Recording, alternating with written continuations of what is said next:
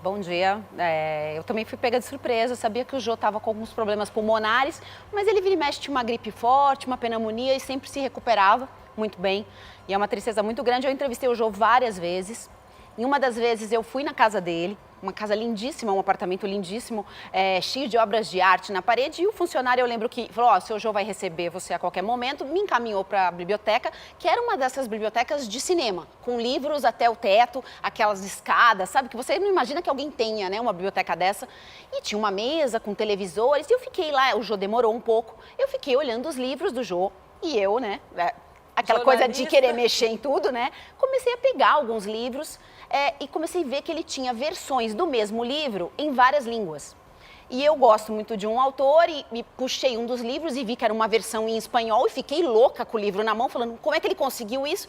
E ele entrou na biblioteca e falou assim, oi, você já está mexendo nos meus livros? Eu, me desculpa, senhor Jô. Não, tudo bem. E eu coloquei o livro de lado, a gente começou a conversar. Na época, ele estava abandonando o SBT para voltar para a Globo.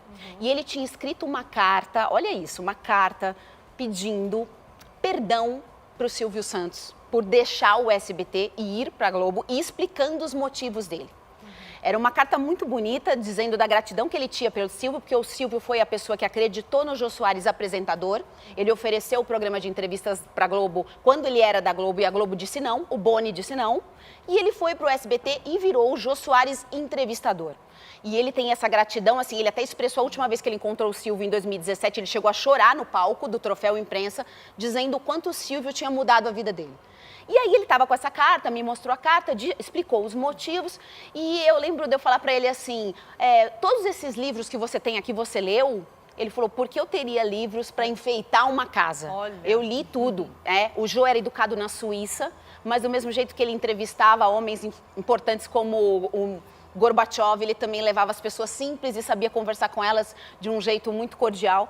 E eu me lembro que na saída, assim, eu estava indo embora, ele tinha me dado uma cópia da carta que ele ia dar para o Silvio Santos, contando sobre a saída dele, quando é que ele ia começar na Globo, cheio de planos, né? Ele falou assim, você não vai levar o livro? E eu falei assim, que livro? Ele falou, o livro que você estava olhando, você ganhou o livro? Eu ganhei o livro, era um livro do Gabriel Garcia Marques, era uma versão em espanhol de um conto chamado Triste Fim de Cândido Herêndida e Sua Avó Desalmada. Era um livro pequenininho com um conto, só que era uma versão especial em espanhol. E eu levei embora e eu nunca mais esqueci. Claro. Muito, muito lindo. Ô, Kelly, então você teve acesso a essa carta e eu imagino assim, porque quem era entrevistado pelo Jô era algo que era surpreendente. E quem não era e estava no sofá ficava impressionada com tamanha genialidade dele como entrevistador, porque era muito gostoso de se ver. E como é que foi ao contrário? Você entrevistando o Jô? Um medo danado, né? Eu tinha duas pessoas que eu temia muito entrevistar. Uma era o Jô e a outra era a Marília Gabriela. Por que será, né? Porque eram grandes entrevistadores. E você assim, o que eu vou perguntar para uma pessoa que faz todas as perguntas, né? É muito difícil. Agora, me ensinaram uma coisa sobre o Jô, que depois eu fui prestar atenção. O Jô, quando ele estava pensando, ele mexia os olhinhos de um lado para o outro. Então, quando ele estava entrevistando a pessoa e a pessoa respondia para ele, os olhinhos dele mexiam porque ele já estava pensando em como ele ia rebater. E eu me lembro de ter questionado ele, assim, falado, tudo bem, você está arrependido de deixar o SBT, você está, né, com gratidão ao Silvio Santos, mas no final das contas, você está virando as costas para a pessoa que te deu a mão e voltando para casa que te disse não. Isso não te dói na consciência? E os olhinhos dele fizeram assim, e ele fez assim, boa pergunta.